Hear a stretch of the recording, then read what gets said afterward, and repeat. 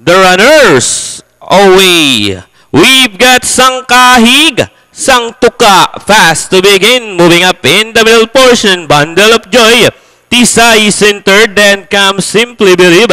Daang Bantayan, then comes number 6, Take Advantage. Running by the rail, My Fave, then comes Wise Decision. And going along for the first turn, we have Sangkahig, Sangtuka, the leader by about 3 lengths, followed by Bundle of Joy in second, running Ari outside third, Tisay, then comes Take Advantage, moving about Ari outside, Simply Believe, rushing about Ari outside now is Andrew number 11, Daang Bantayan, running by the rail, My Fave, going back to the leader, with still Sangkahig, Sangtuka by about 2 lengths. Here comes Bundle of Joy, now getting closer in second, together with Tisay.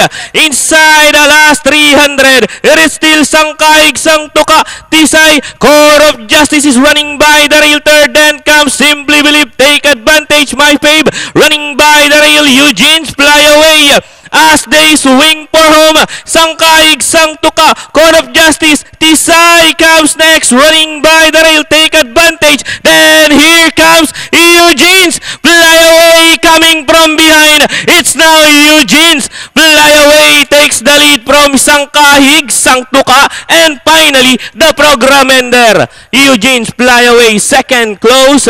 Between Take Advantage, number 2, Sangkahig, Sangtuka, Daang Bantayan, Tisay, and for your Super 6. Alright, ayun.